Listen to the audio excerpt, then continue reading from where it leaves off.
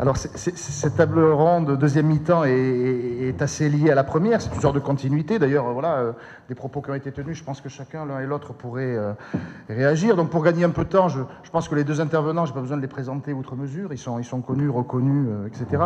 Je rappellerai simplement que Éric Nolot a publié en 2006 un ouvrage qui s'intitule « Pourquoi le football ?» Hein, c'est ça? Il n'est jamais paru. Il n'est jamais paru? Pourquoi?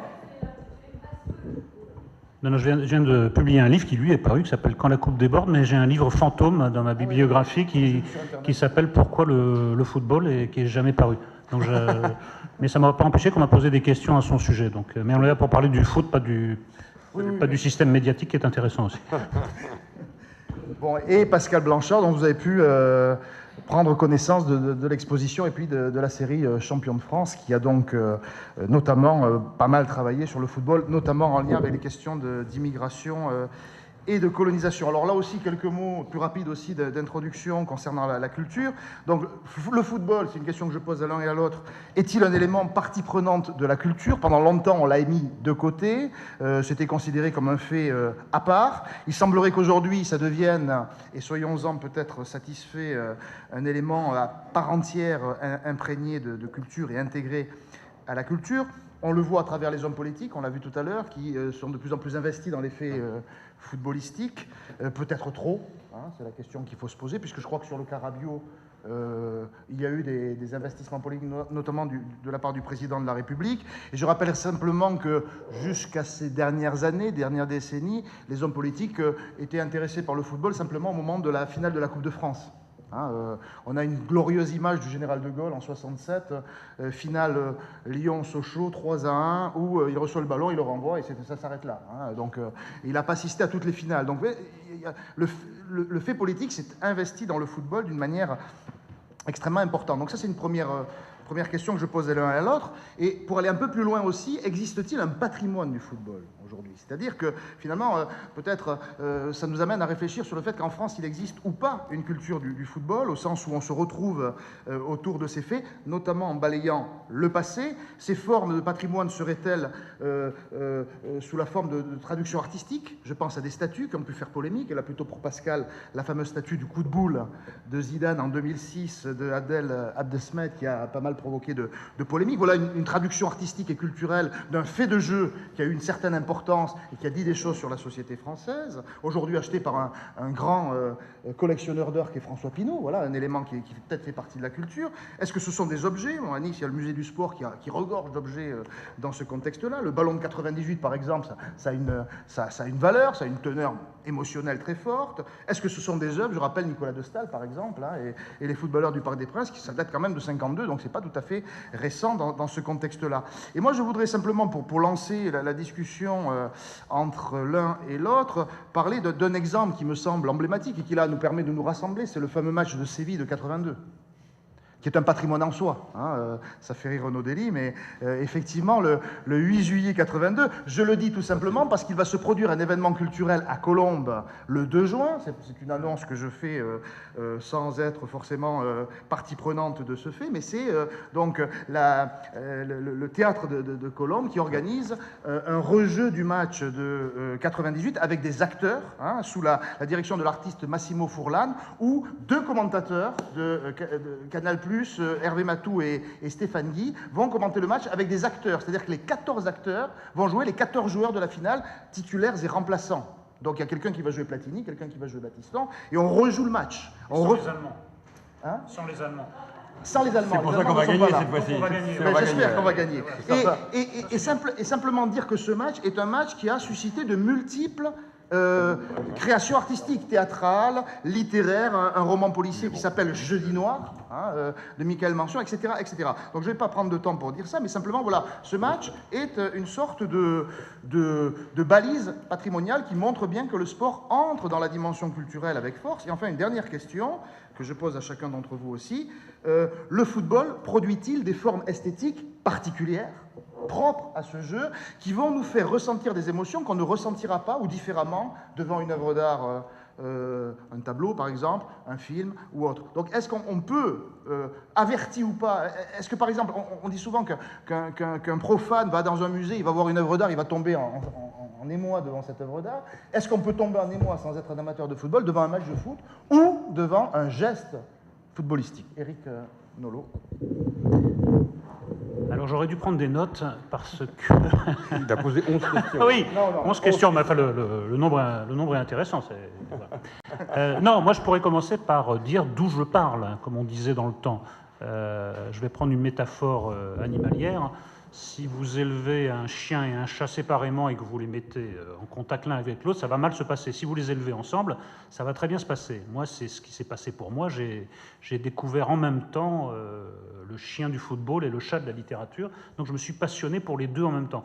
Si bien que je suis très très mal placé pour en parler de manière théorique parce qu'il s'agit de données immédiates de mon existence. Donc pour répondre à votre question très précisément, même si ce n'est pas une émotion exactement de la même nature, en tout cas c'est une émotion de la même intensité pour moi de lire Proust ou Musil ou de regarder un grand match de football. Donc pour moi il n'y a aucune différence. C'est pour ça que mon livre commence par un aspect assez polémique. Je comprends très mal, je ne comprends même pas du tout ce que dit Michéa, un penseur Jean-Claude Michéa, un penseur que par ailleurs j'apprécie, qui dit au fond, les intellos qui se passionnent pour le foot, c'est faux, c'est bidon, ils cèdent à des effets de snobisme ou de mode. Non, pas dans mon cas, et mon cas est loin d'être isolé. C'est des cas de millions de personnes qui ont découvert ces deux passions en même temps. Moi, j'ai été joueur du dimanche pendant 15 saisons, mais en club. C'est-à-dire c'est assez sérieux, vous faites 2 entraînements par semaine, un match le dimanche. Bon, malheureusement, pour qu'il y ait des grands champions, il faut qu'il y ait des footballeurs moins doués en masse, et je faisais partie de cette masse. Bon, ça c'est la première chose. Ensuite, effectivement, bien sûr qu'il existe un patrimoine du football.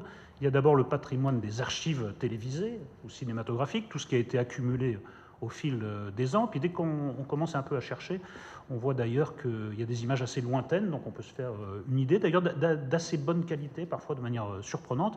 Et puis il se constitue petit à petit un patrimoine culturel, c'est-à-dire qu'il y a des ouvrages sur le football. En effet, il y a une statuaire du football. Il y a des films sur le football, c'est pas le plus réussi, c'est assez rare de trouver un bon film sur le football, mais il y en a quand même quelques-uns. Il y a des pièces de théâtre qui sont quand même tout à fait honorables. Et donc, je pense que le football peut devenir un objet culturel. Et ce que j'ai découvert dans mon livre, c'est un phénomène assez étrange, c'est qu'à l'origine, je parle de la première moitié du XXe siècle, en effet, football et culture étaient très liés. C'est-à-dire les gens qui écrivaient sur le football le pratiquaient, c'était des intellos, des journalistes, et sans doute à cause de la professionnalisation, ces deux univers ont dérivé l'un de l'autre, au point que moi, quand j'étais gamin, que je voulais être journaliste sportif, c'était la consternation dans ma famille, parce que être journaliste sportif, c'était la honte totale, quoi. C'était les gens qu'on voyait à Stade 2 le soir, et mes parents étaient assez consternés, et ma famille plus généralement. Et petit à petit, j'observe que maintenant, ça se rapproche à nouveau, que ça donne des œuvres intéressantes et des œuvres parfois majeures. Je pense à Chant furieux de Philippe Bordas, dont il est question dans mon livre, évidemment, qui est un très grand texte sur Zidane et sur le football. Je cite beaucoup Esterhazy, qui a fait un très bon livre sur le football. Toussaint en a fait aussi, etc., etc. Et plus le temps passe, et plus les œuvres intéressantes s'accumulent. Là, je me suis limité à la littérature, mais c'est le cas de l'art en général. Donc, enfin, on peut marcher sur nos deux jambes, intello d'un côté, amateur de foot de l'autre, parce qu'au fond, je ne fais pas de grande différence entre les deux. Sans en avoir honte, du tout. Pascal. Ah oui, je pense qu'on est rentré dans une génération qui est assez étonnante, c'est que le football fait patrimoine, en fait. Jusqu'aux années 80, c'était pas un univers, sauf pour quelques exceptions, un univers où on se mélangeait avec l'élite, comme si le foot était fait pour les classes populaires, pour les nations, pour les affrontements, pour le petit peuple, et pas forcément fait pour les élites. Ce n'était pas bien vu pour un homme politique, pour un artiste, soit de le revendiquer, sauf pour quelques-uns, des grandes plumes que l'équipe a eues par exemple, et d'autres, mais c'était des exceptions. Et quelque part, ces exceptions faisaient d'une marginalité une forme de style presque. Et puis il s'est passé quelque chose, c'est la mondialisation du football via les médias, et le fait qu'une nouvelle génération, ce que j'appellerais la deuxième génération du foot, s'est emparée de ces thèmes-là, et maintenant on est arrivé à la troisième. Je notais un artiste comme Omar Victor Diop, par exemple. C'est cette affiche que vous avez, qui est très belle, où on voit Belley, qui est le premier député noir de la République. Il l'a fait en contemporain, et on le voit posé sur un ballon de foot.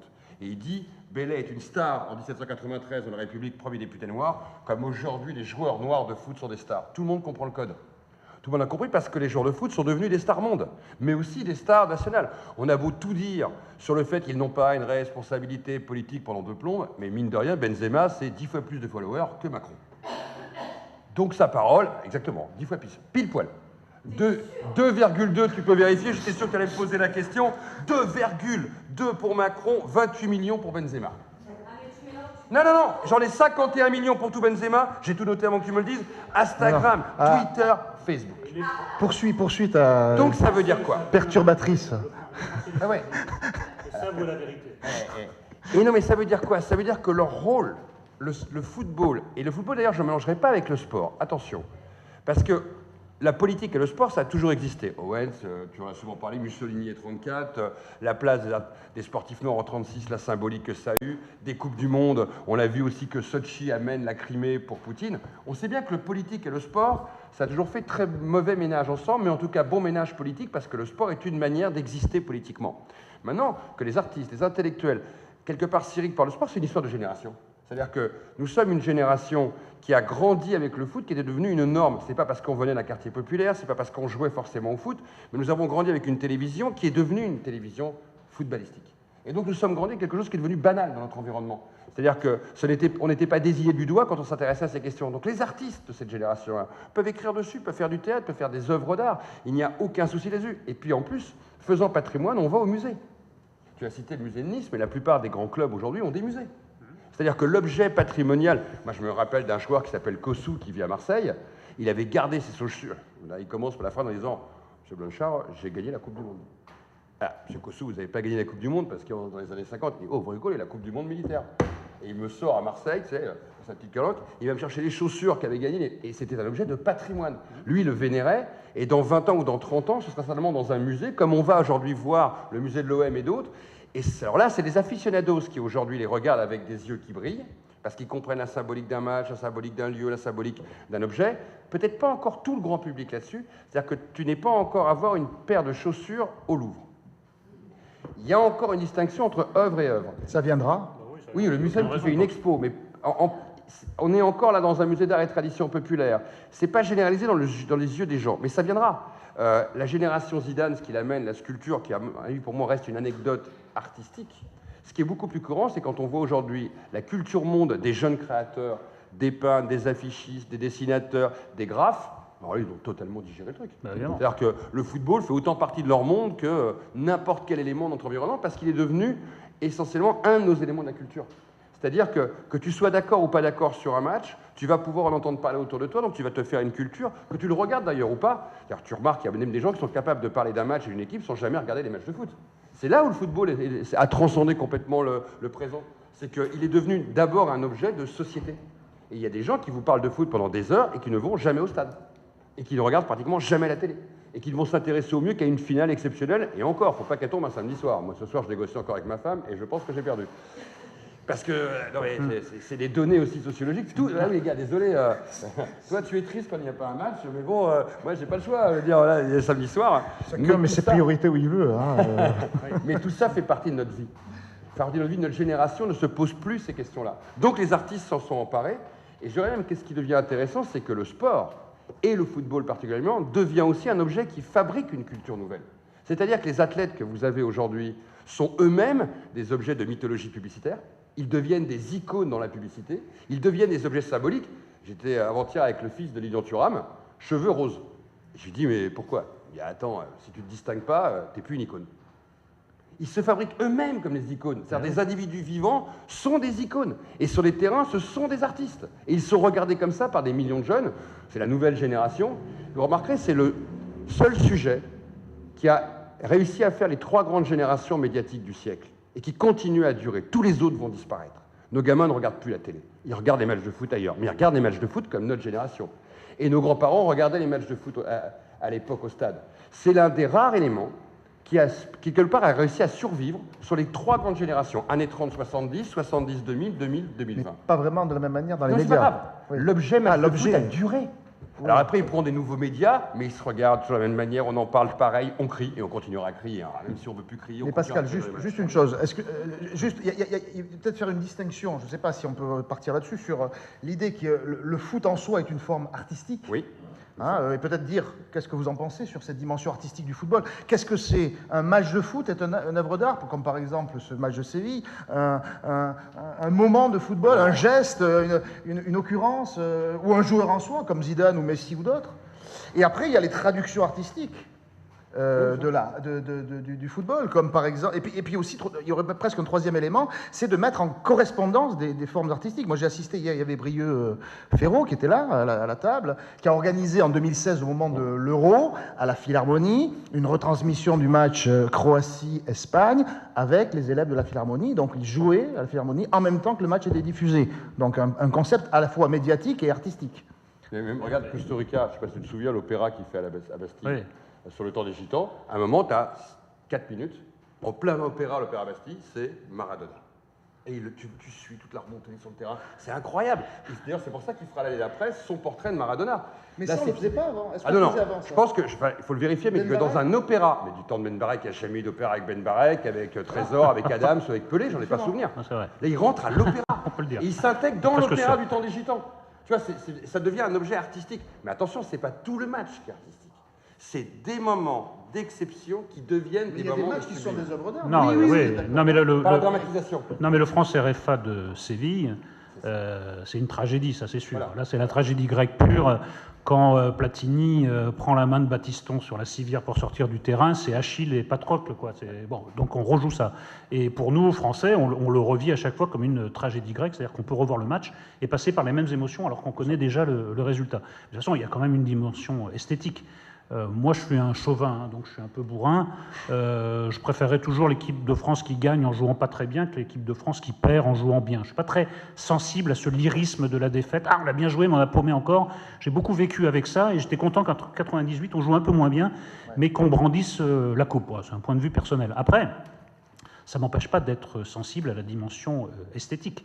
On n'apprécie pas chez un joueur uniquement les statistiques. On apprécie chez Cruyff la dimension d'élégance.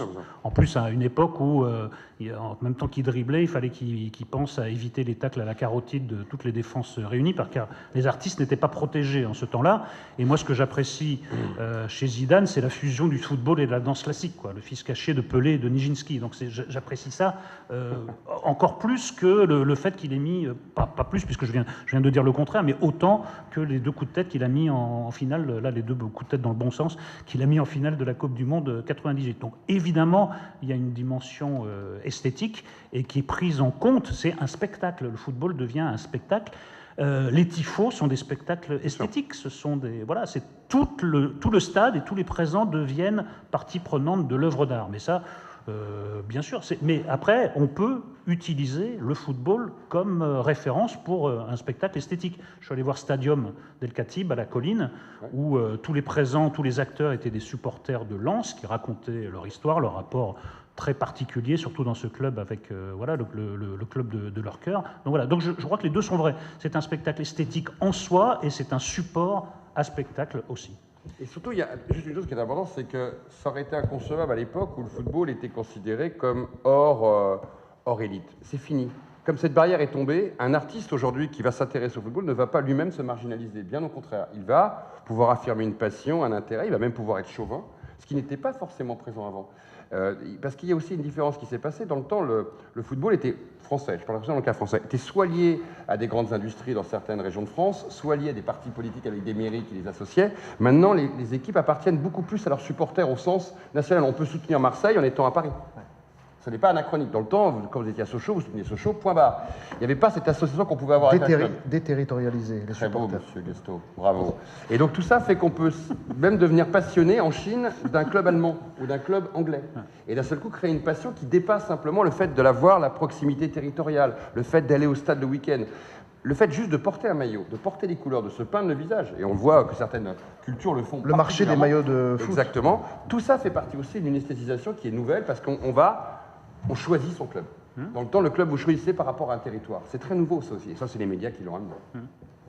Est-ce qu'il n'y a pas cette dimension supplémentaire qui fait que dans certains cas, l'œuvre d'art que peut représenter un match, ou en tout cas un moment du match, surgit de manière imprévue, impromptue, hein, est-ce que ce n'est pas une spécificité ça, du sport en général, et du football en particulier, que d'avoir cette capacité à créer quelque chose d'artistique sans qu'on... Parce que on parlait tout à l'heure, il y a de la routine dans le football, il y a du quotidien, où parfois il y a un match de 90 minutes où il ne se passe rien. Et c'est l'attente justement d'un geste, Non, mais surtout, c'est le fait de ne pas savoir. Et le fait de ne pas savoir. Encore, tu peux revoir, comme on vient de le dire avec Eric, tu peux revoir avec nostalgie un match qui est majeur. C'est-à-dire que je pourrais revoir toute notre vie France-Allemagne, comme on pourrait revoir en 2006, on va toujours pleurer à la fin, il y a des moments 98, de toute façon, et c'est d'ailleurs pour ça qu'on regarde les documentaires sportifs. Généralement, on a tous vu les images qu'il y a dedans. Mais on a envie de les revoir avec une explication qui peut être un peu différente. Par contre, l'attente, le fait de ne pas savoir, si tu as sacrifié ta soirée ou pas, que tu vas avoir un moment d'exception ou passer une énorme soirée, c'est ça qui fait aussi la surprise, bien sûr. Mais ça, c'est pas de l'art. C'est le suspense, c'est l'attente, c'est le moment de voir. C'est après que tu peux analyser si ça a été un moment artistique d'exception. D'ailleurs, c'est pour ça qu'on a inventé le ralenti. Non, parce que le principe artistique le plus lié au football, c'est le happening. En fait, il peut se passer quelque chose à n'importe quel moment. C'est du suspense, c'est ton attente, c'est pas de l'art, ça. C'est pas de l'art. Alors là, je vais te dire, c'est du parfaitement Hitchcockien, c'est que tu attends, et tu ne sais pas, tu ne connais pas le scénario, tu attends qu'il se passe quelque chose.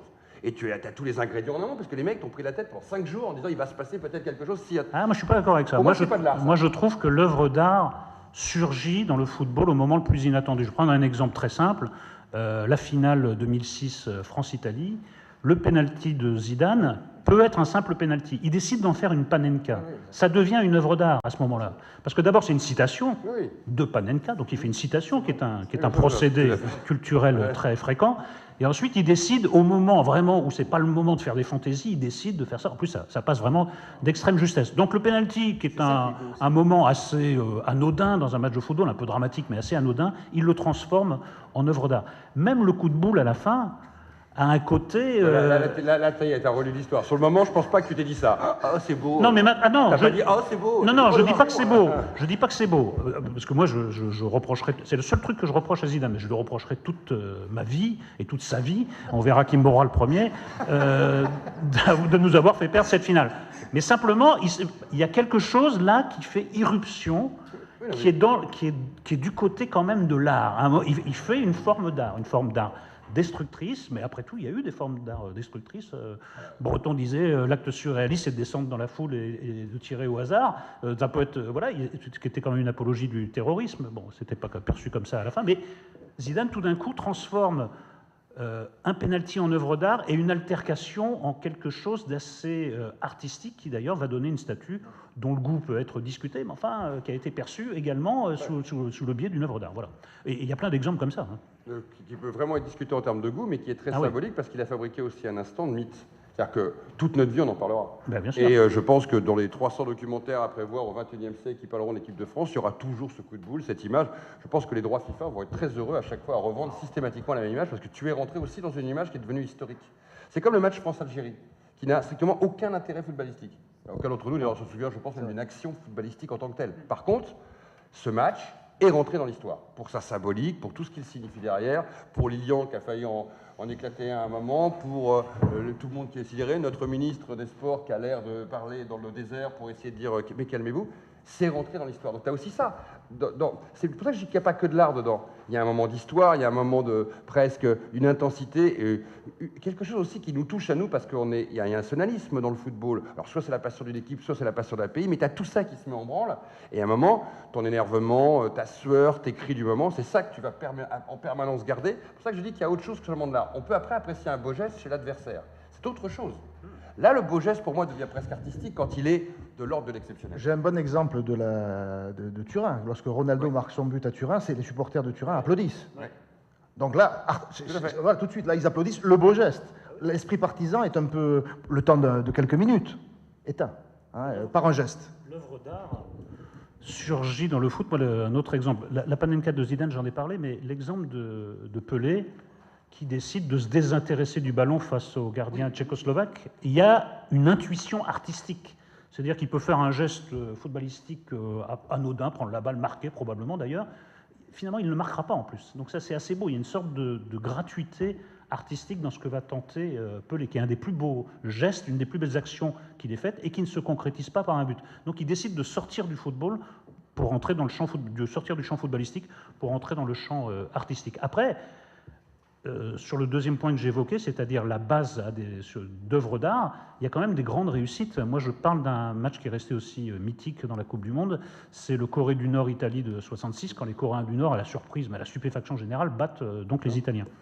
Et il y a maintenant une œuvre d'art qui est l'empreinte du soulier du Nord-Coréen, qui est exactement à l'endroit d'où il a déclenché le tir. Mais comme le stade n'existe plus, l'empreinte est au milieu d'un ensemble résidentiel. C'est-à-dire tous les gens passent tous les jours devant cette sculpture qui rappelle cet instant. Moi, je trouve que voilà, et l'œuvre est vraiment de grande qualité esthétique. Après, ça peut devenir de l'art très kitsch. Le coup de boule, la statue est assez kitsch. Quant à la statue de Ronaldo à l'aéroport de Madère, c'est une monstruosité absolue. Donc, ça peut donner des choses très diverses. Mais l'art et le football ont partie liées. Donc, les opposer, pour moi, n'a aucun sens. Pascal, je voulais te poser une question en tant qu'historien, justement. Il me semble intéressant ce qu'on disait tout à l'heure, qu'il y a peut-être une temporalité à mettre en avant. Aujourd'hui, les joueurs de football, depuis aujourd'hui 10-15 ans, seraient plus amenés à être traduits par des artistes, par des formes artistiques. Est-ce qu'il y a une sorte d'injustice, en quelque sorte? On a des héros de football des années 20-30 qui pouvaient être d'excellents footballeurs et qui n'ont pas eu cette capacité à être dans l'époque qui fait qu'il s'ouvre aux formes artistiques. Peut-être que Zidane, vous en parliez tout à l'heure, c'est peut-être le footballeur le plus mis en art. Hein. Il y a le fameux film Zidane, portrait du 21e siècle, là, qui raconte un match de foot où il y a 20 ou 30 caméras sur Zidane pendant 90 minutes, enfin pas 90 minutes, parce qu'il est expulsé pendant ce match. Donc voilà, le film ne dure pas comme souvent. Voilà, hein. Et donc voilà, est-ce qu'il n'y a pas une injustice de l'histoire? C'est pas une injustice. Ils sont entrés dans un temps médiatique pour tout le monde. Le temps médiatique des footballeurs et le temps médiatique de tout le monde, y compris des artistes. Vous avez des artistes, des trois grands chanteurs d'opéra qui auront été écoutés par, allez, peut-être 100 000 personnes au début du siècle et qui aujourd'hui vont être écoutés par 3 milliards de personnes grâce à Internet. Ok. De là à en avoir une frustration, je ne suis pas persuadé. Il est évident qu'en termes de salaire, en termes de reconnaissance, en termes de show même à l'intérieur, on le voit bien, eux-mêmes se mettent en scène. Je veux dire, maintenant, ils sont leurs propres artistes de leur image. Ils sont sur les réseaux sociaux capables eux-mêmes de danser, de jouer. Donc tous ces talents, tu ne peux pas les comparer parce qu'en fait, tu n'as pas les mêmes outils que l'époque. Mais tu as eu des grandes stars. Tu sais comme moi qu'à Ben Barek était une star immense. Il aurait peut-être été très mauvais sur les réseaux sociaux, vu timide comme il était. Il n'aurait pas du tout été une star. Aujourd'hui, tu avais interrogé Ben Barek. Marius Trésor, c'est pareil. Marius Trésor, c'est le mec, quand tu le prends en interview, c'était toujours...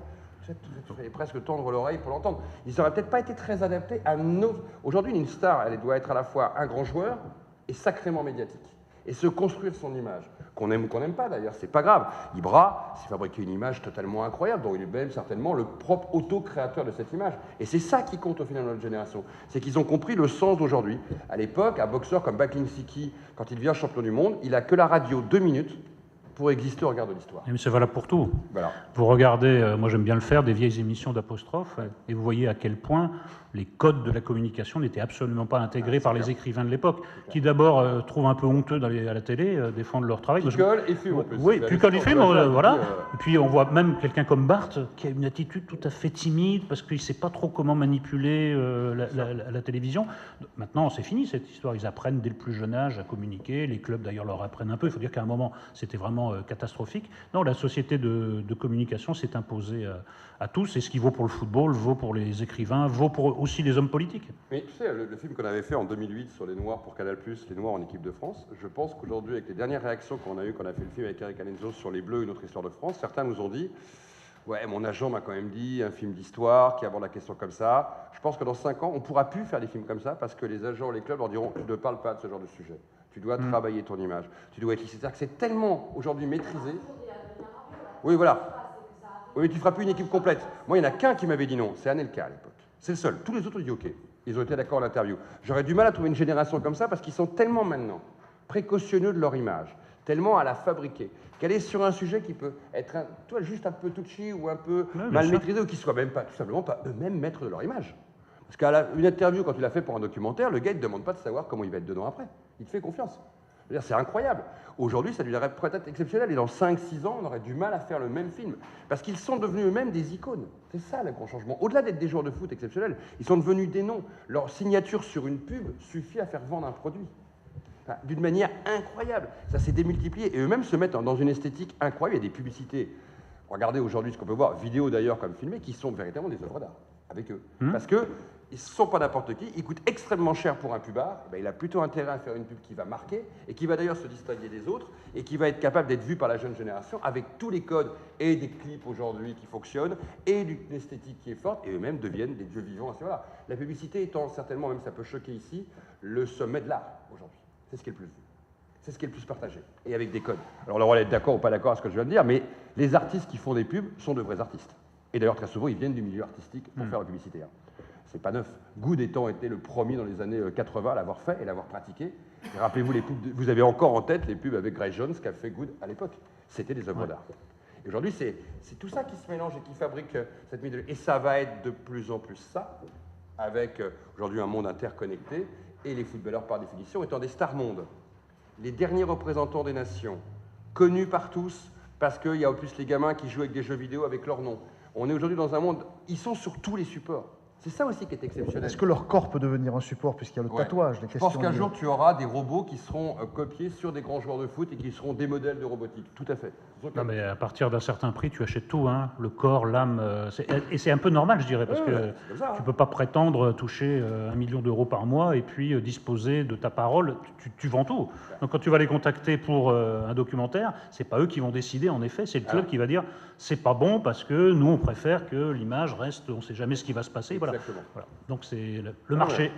Le marché. Exactement. Et pas que le marché, eux-mêmes sont devenus des icônes. Bien sûr. Donc étant des icônes, ils veulent fabriquer exactement comme un joueur de un rappeur ou un artiste, ils sont devenus dans une chapelle qui a les mêmes codes qu'Hollywood.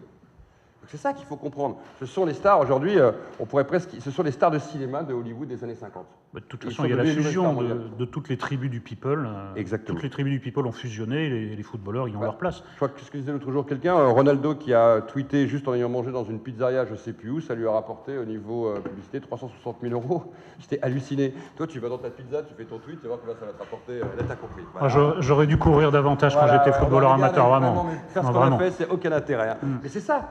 Et comme tu as fait des icônes, et ben, l'art s'en empare. L'art s'empare toujours des icônes, quelles qu'elles soient bonnes ou mauvaises d'ailleurs.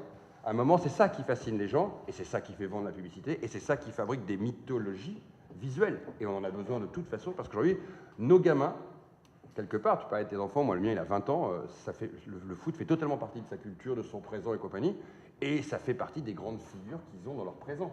Sans aucune ambiguïté d'ailleurs. Ils en ont d'autres à côté, mais celles-là font vraiment partie de leur quotidien. Alors, est-ce qu'on en vient, pour tous les deux, est-ce qu'on en vient, finalement, la prochaine étape ne serait-elle pas celle qui ferait qu'on s'interroge plus sur le football cette table ronde n'aurait plus lieu d'être, en fait. Hein. Le football fait-il partie de la culture? C'est quelque chose, d'après ce que j'entends, de ce que vous dites, est quelque chose qui est en pleine évolution. On est sans doute passé peut-être des débuts du football où la dimension militaire, martiale est un peu omniprésente, comme le sport. Aujourd'hui, les sportifs sont des artistes. La dimension militaire est un peu... Ouais.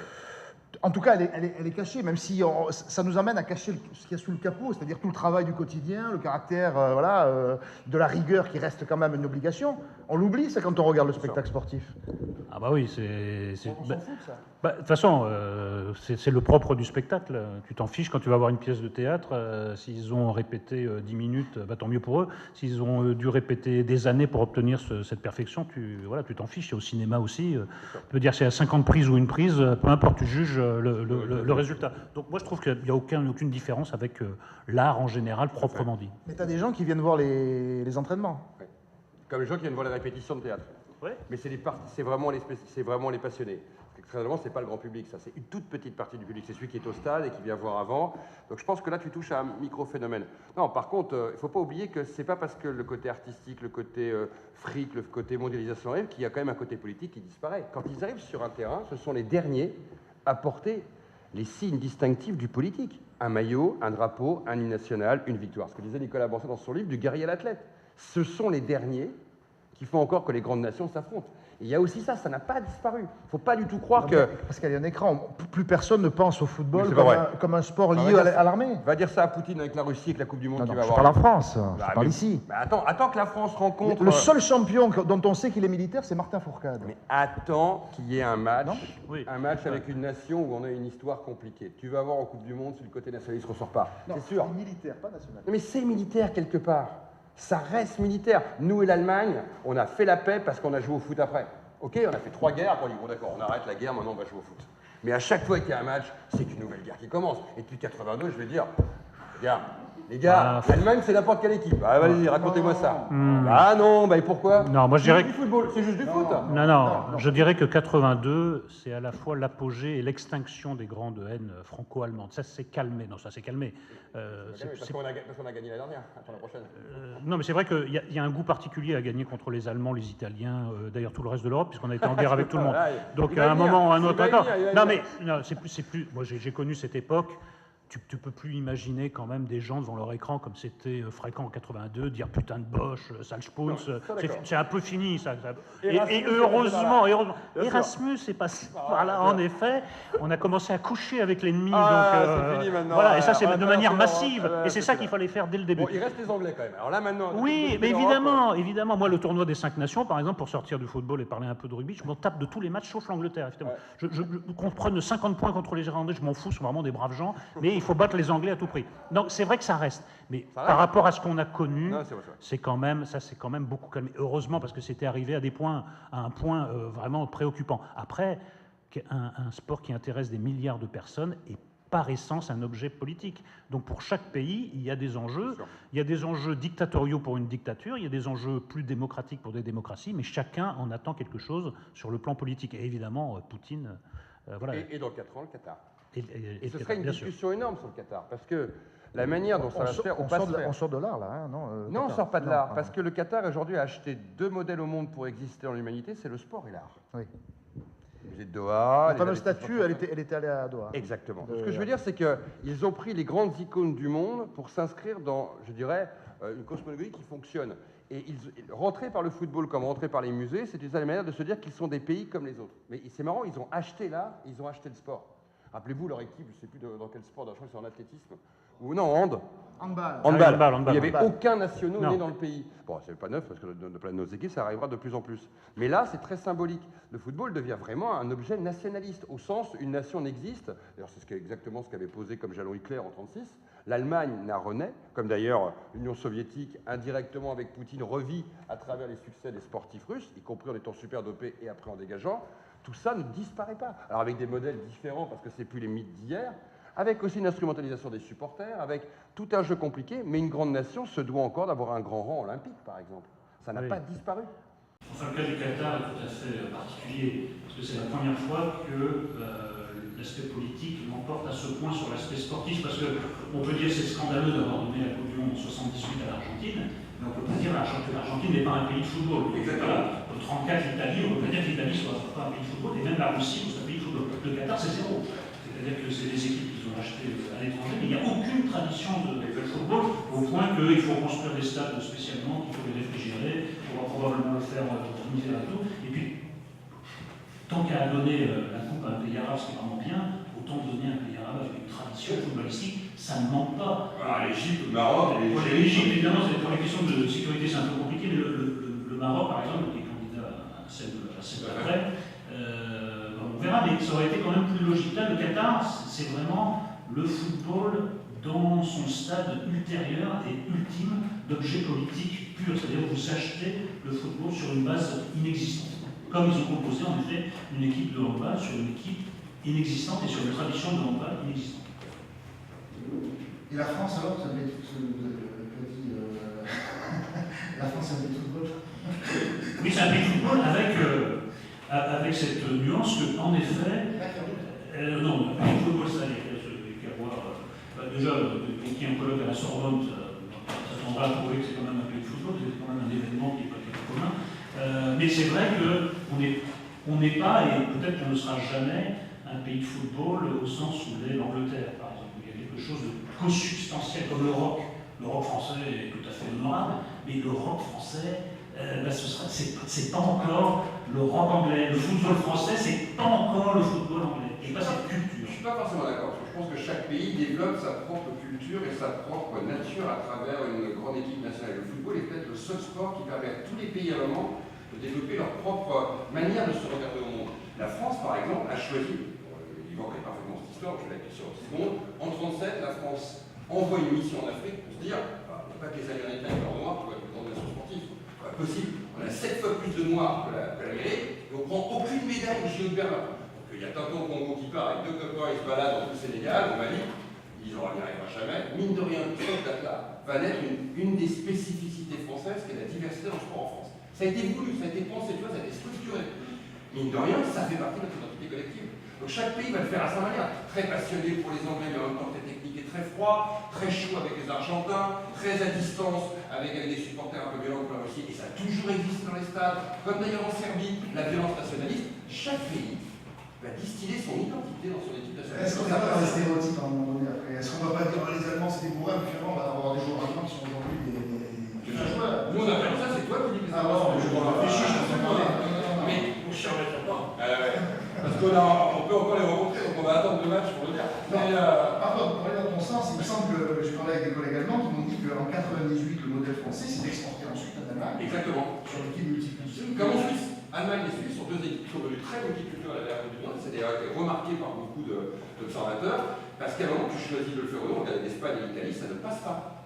Et ça ne passe pas parce que leur identité n'accepte pas la diversité en équipe nationale. C'est antinomique avec la vision. Balotelli, t'as vu ce qu'il a fait pour la tronche chaque fois. Mais moi, je parlais d'autre chose. Hein. Je parlais de ce rapport passionné et passionnel. Ouais. Je dis qu'on est quand même quelques crans en dessous de l'Angleterre, où il y a quelque chose.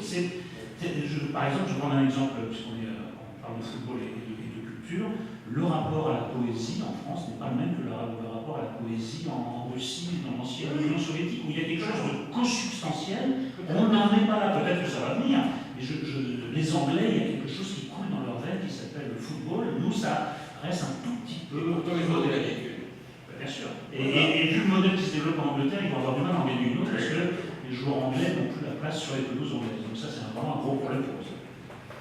Est-ce qu'il y a, oui, je crois que, peut-être une question aussi, on est sur la culture, est-ce qu'il y a un cadre culturel, une forme artistique qui s'adapte le mieux au football? Est-ce que c'est par exemple l'art contemporain, le cinéma, la chanson? Tout à l'heure tu parlais de La chanson. C'est mieux que les mauvaises nouvelles, la chanson populaire. Tout à l'heure Johnny Hallyday en 2002 par exemple. Non, mais Pierre Perret ou Le Guen, tu vois, ça c'était.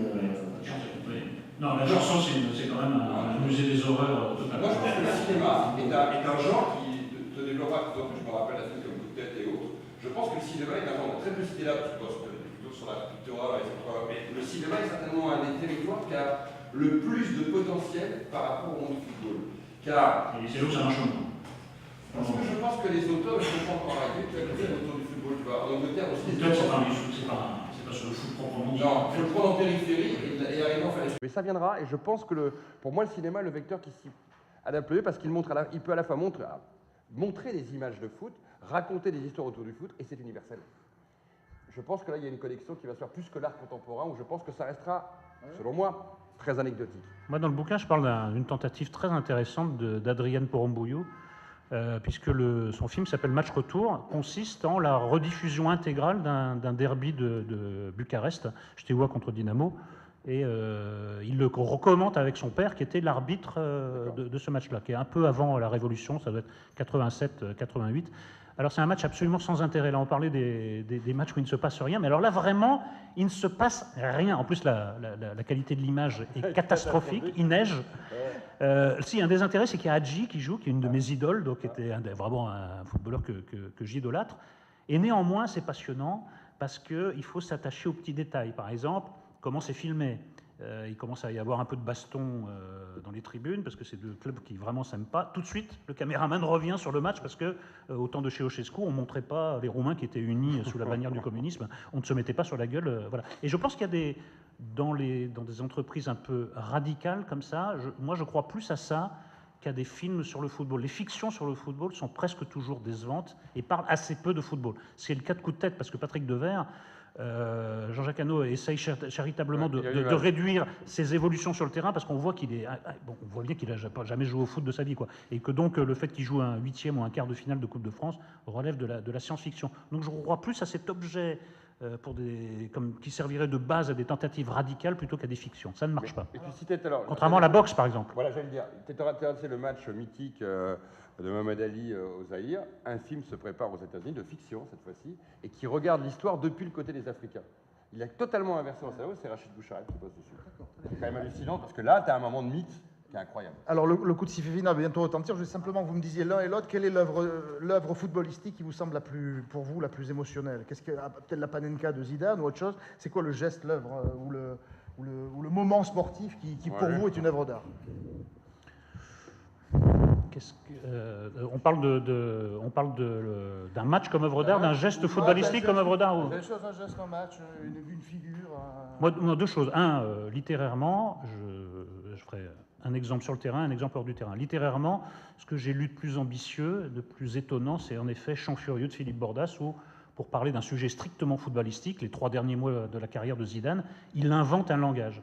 C'est-à-dire qu'il fusionne le français du Moyen-Âge, en gros, avec le parler des cités. Il en fait un français inouï pour parler. Voilà, il aurait pu. Déjà, l'histoire des 3 derniers mois de Zidane, en tant que telle, était suffisamment spectaculaire. Mais non, il a inventé une langue pour la dire. Donc pour moi, c'est ce que j'ai lu de plus impressionnant. Après, moi, je vais revenir à mon côté bourrin. L'œuvre d'art ultime, moi, c'est quand même le 3e but de 98, où là, j'ai compris qu'on allait la gagner. Parce que même à 2-0, à 2 minutes de la fin, instruit par 30 ans de déception et de retournement en notre défaveur, j'en étais pas sûr. Et quand il a marqué le 3e but, pour moi, voilà, c'est le chef-d'œuvre de la certitude. Moi, c'est l'œuvre, j'en ai parlé au début d'Omar Diop, parce que je trouve que c'est fantastique. Ce jeune créateur africain a réussi à totalement faire rentrer dans les codes des gamins d'aujourd'hui l'art contemporain africain. Et regardez cette affiche, elle est merveilleuse. Et c'est les 6 buts de Ben Barek à Marseille, dans un match, si ma mémoire est bonne, contre l'Écosse ou l'Angleterre. On est en 37. Et puis après, aucun Marseillais dira que les Arabes ne savent pas jouer au foot après les 6 buts qu'ils marquent dans un match exceptionnel. Quand maintenant t'en parles encore aux minots, à Marseille, ils connaissent le nom de Ben Barek. Et pourtant, c'est pas l'hier, comme quoi, c'est l'histoire. Merci, bravo, merci.